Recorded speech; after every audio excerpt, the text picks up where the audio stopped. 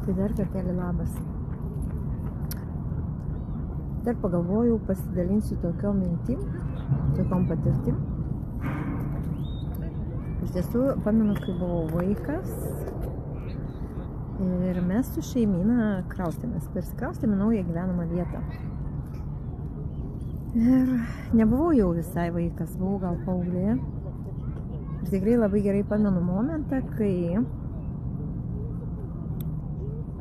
vieną naktį, kalbant apie tuos nematomų esybių prisilietimus, tikrai teko patirti tokį paglostymą. Ir teko girdėti, kaip prasiveria durys ir virš galvos kažkas stovi. Ir tuo metu atrodė labai keista ir kažkas tai tokio, nerealaus, kaip tai gali vykti, kaip tai gali nutikti, kaip iš vis tai nutinka. Bet kai jau paaugus gerokai vėliau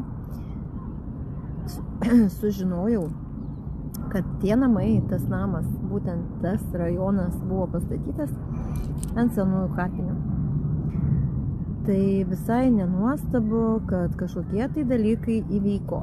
Kažkokie tai dalykai tokie nepaaiškinami, protų sunkiai suvokiami, vis dėlto įvyko.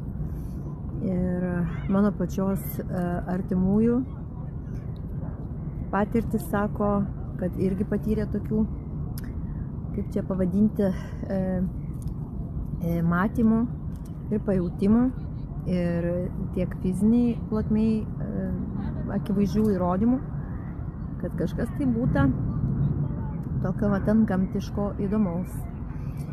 Tai, kaip sakant, truputėlį vėlgi atsakysiu į tam tikrus komentarus, kam čia reikia domėtis, ar ne, kažkokiom tai istorijom, protėviais, ar ten kažkokiom šimtmečio ar tūkstantmečio istorijom.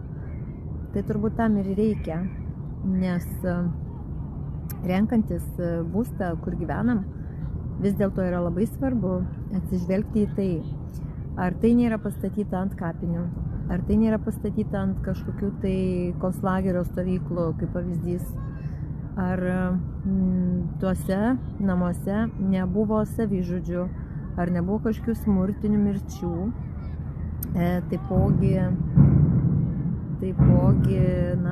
tokia tam tikra istorija, ar nebuvo kažkokių poltergeistų, vaiduoklių ir panašiai. Nes visa tai nėra šiaip iš piršto laužta. Ir kita vertus,